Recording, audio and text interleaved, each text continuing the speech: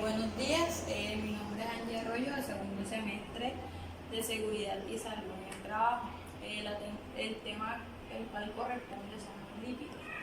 Empezaremos por generalidades, definiciones, las funciones correspondientes a estos lípidos, la clasificación, como son simples, complejos y los que son derivados de ellos. Y después seguido en unas propiedades. Comencemos con la definición.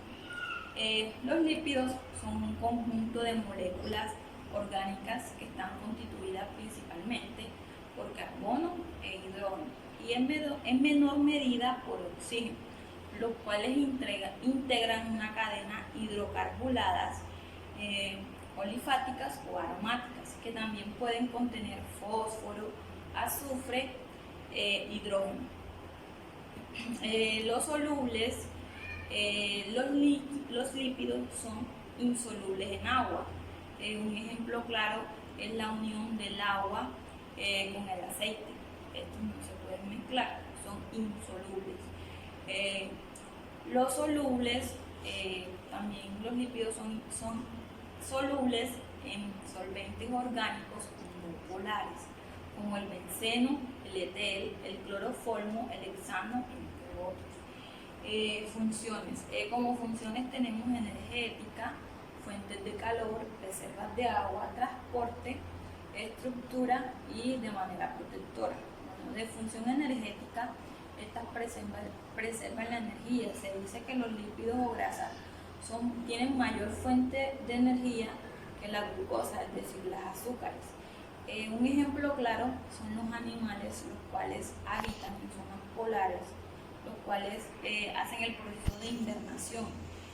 Estos animales, antes de hacer ese proceso de invernación, tratan de producir y contener mayor energía en cuanto a las grasas. Como fuente de calor, también lo que ayudan a preservar el frío. También estos animales, cuando entran en el proceso de conservar tanto la energía, también producen también lo que es, tratan de aislar y reproducir ese frío. También como conservas de agua. La combustión de la grasa también produce agua. Un ejemplo claro es el camello en sus jorobas, cuando ellos tratan de almacenar su agua para su proceso. De esa manera también ellos hacen la combustión de la grasa. Como transporte, también en las grasas, como son solubles con las vitaminas A, D, E y K, también de manera protectora, como son solubles, ellos tratan de esas grasas de tenerla de manera de transporte. Estructural, de manera que el fosfólico y el colesterol que contribuyen a la parte de la membrana de la biomolécula. De manera protectora, tanto el riñón como el corazón se adhieren capas de grasas o lípidos, las cuales en ciertos casos ayudan a proteger al corazón o al riñón de golpes o de posibles fracturas en cuanto al riñón o al corazón. Seguido vamos a ver lo que es la clase, que es la estructura de los lípidos. Los lípidos son un conjunto de moléculas orgánicas. La mayoría de las biomoléculas que están constituidas principalmente por carbono, hidrógeno y pues en menor medida por oxígeno. Estos integran cadenas hidrocarbonadas. Pueden ser aromáticas, también pueden contener fósforo, azufre e hidrógeno. Bueno, en cuanto a la clasificación de estos lípidos, pues bastante amplia. Tenemos lo que son los lípidos saponizables. Estos pertenecen a esta categoría, aquellos lípidos que poseen al menos un ácido graso dentro de su estructura y debido a esta propiedad pueden formarse jabones. Y los otros que son los lípidos insaponizables. Estos pertenecen a esta categoría, aquellos lípidos que no poseen ácidos grasos dentro de su estructura, debido a esta propiedad no pueden formarse jabones. Entonces, La clasificación aquí en la imagen la encontramos lo que son los simples, los complejos y los que son precursores o derivados. Bueno, entonces empecemos por los simples. Pero primero, ¿qué son las grasas y las ceras? Bueno, entonces las grasas la podemos encontrar de dos maneras: grasas saturadas y grasas insaturadas. Bueno, las grasas saturadas pues son las que decimos grasas malas, ya que cuando se consumen en exceso pueden ocasionar problemas de colesterol y trastorno de circulación. Hay que tener en cuenta que el consumo de este tipo de grasas junto con el colesterol, procedentes de comidas pueden ocasionar serios problemas cardíacos debido a la acumulación de estas grasas pues en las arterias. La mayoría de las grasas saturadas provienen de alimentos de origen animal, como las carnes rojas y las mantequillas. Por otra parte tenemos las grasas insaturadas, pues que son las grasas buenas. La mayoría de estas grasas insaturadas son los aceites, ya que a temperatura ambiente se encuentran en estado líquidos. Son grasas beneficiosas para la salud porque regulan el nivel de colesterol y pues no previenen de enfermedades cardiovasculares. Estas grasas se dividen en monoinsaturadas, que son las derivadas del omega 9, y las poliinsaturadas, que son derivadas de las omegas 3 y 6. Grasas monoinsaturadas están presentes en el aceite de oliva, de colza, los frutos rojos, los pistachos, las almendras, las avellanas, las nueces y los aguacates, cacahuates y pues y derivados de sus aceites. Tenemos también de estos monoinsaturados lo que son los omega 3. Están presentes en multitudes de pescados como el salmón, el atún, la trucha y pues de otra clase como son las sardinas y las nueces. Las grasas poliinsaturadas se encuentran en el aceite de girasol, aceite de pescado, aceite de soya, maíz, azafrán y también en pescados azules como el salmón, el atún, las sardinas, y a veces las grasas poliinsaturadas se subdividen en distintos tipos destacando sus propiedades. De estos poliinsaturados tenemos lo que es el omega 6. Las podemos encontrar en las semillas de girasol, el germen de trigo, el sésamo, las nueces, la soya, el maíz y sus aceites. El más conocido es el aceite de limoneico. Seguido, como vemos aquí, las grasas poliinsaturadas, tenemos lo que es el aceite de soya, las nueces, semillas y todo este tipo de grasas, leche de soya, tipo de pescados que vimos anteriormente. Y aquí vemos también, como les estaba describiendo ahora, lo que es el aceite de las semillas secas, omega 6 y omega 3. Seguido vamos entonces a hablar sobre las grasas trans. Estas grasas se producen mediante un proceso químico que se denomina hidrogenización y que consiste en añadir hidrógeno a algunos aceites vegetales.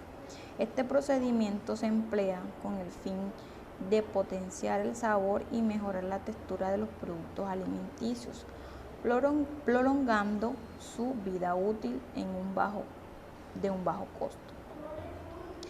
Sin embargo, la hidrogenización provoca que una parte de las grasas poliinsaturadas se transformen en grasas saturadas, las que, como hemos visto, no es conveniente pues abusar de ellas, porque sabemos que las grasas se deben consumir de manera moderada, aunque las funciones, pues tipos de las funciones energéticas o las que les comenté anteriormente, pero tenemos que ser conscientes de que se deben no abusar de ellas.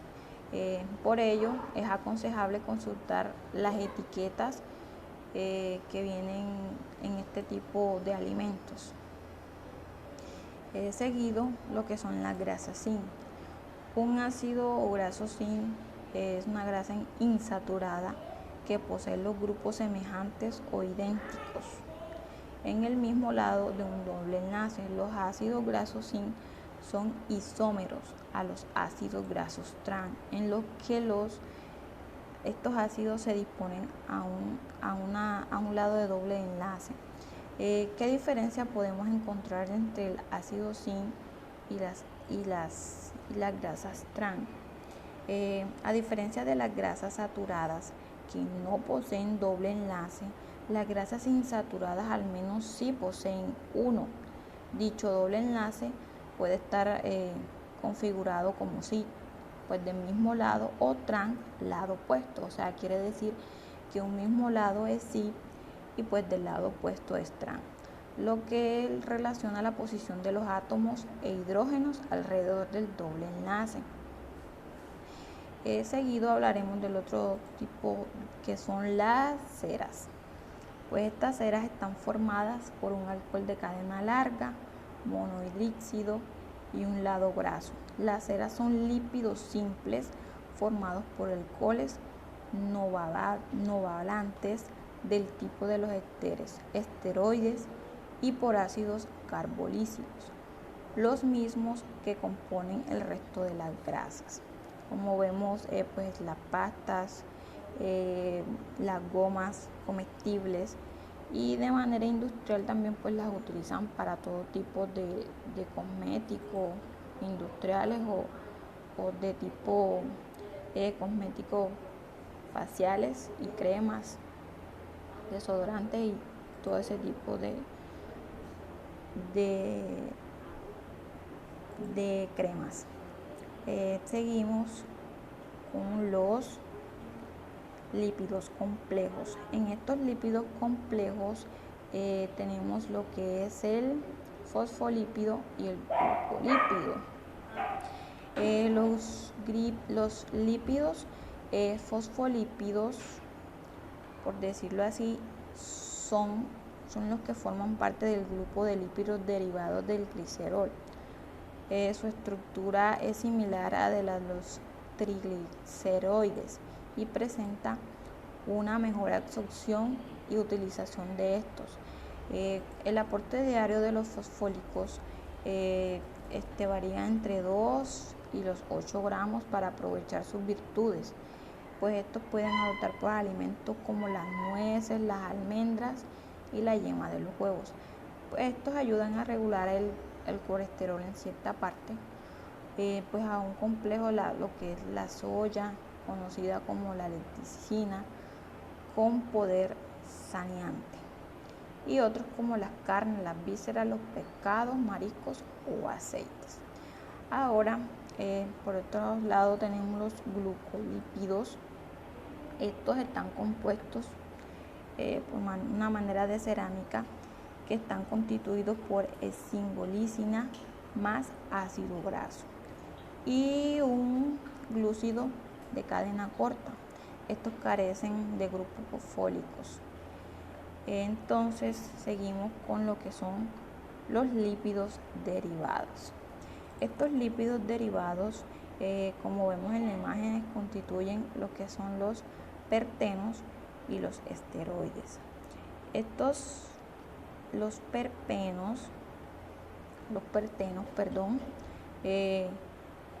son pertenoides o isoprenoides. Se encuentran en la mayoría de los organismos, pero constituyen el grupo más abundante en los aceites vegetales. De hecho, son los responsables de los aromas y sabores, especialmente en las plantas. Pues mientras mayor sea la cantidad de oxígeno en las moléculas, pues mayor será su aroma. Por otro lado, tenemos los esteroides, los cuales son lípidos derivados del núcleo de hidrocarburo esterano. Se componen de 4 anillos fusionados de carbono que poseen grupos funcionales por los que las moléculas tienen partes hidrofílicas e hidrofóbicas. Estos presentan semejante estructural con los terpenos y los isoprenos. Sus moléculas presentan la estructura básica del compuesto anillado ciclopentano, los cuales corresponden a un conjunto de 4 anillos. Entonces, la longitud y estructura de las cadenas características de estos esteroides pues son derivadamente.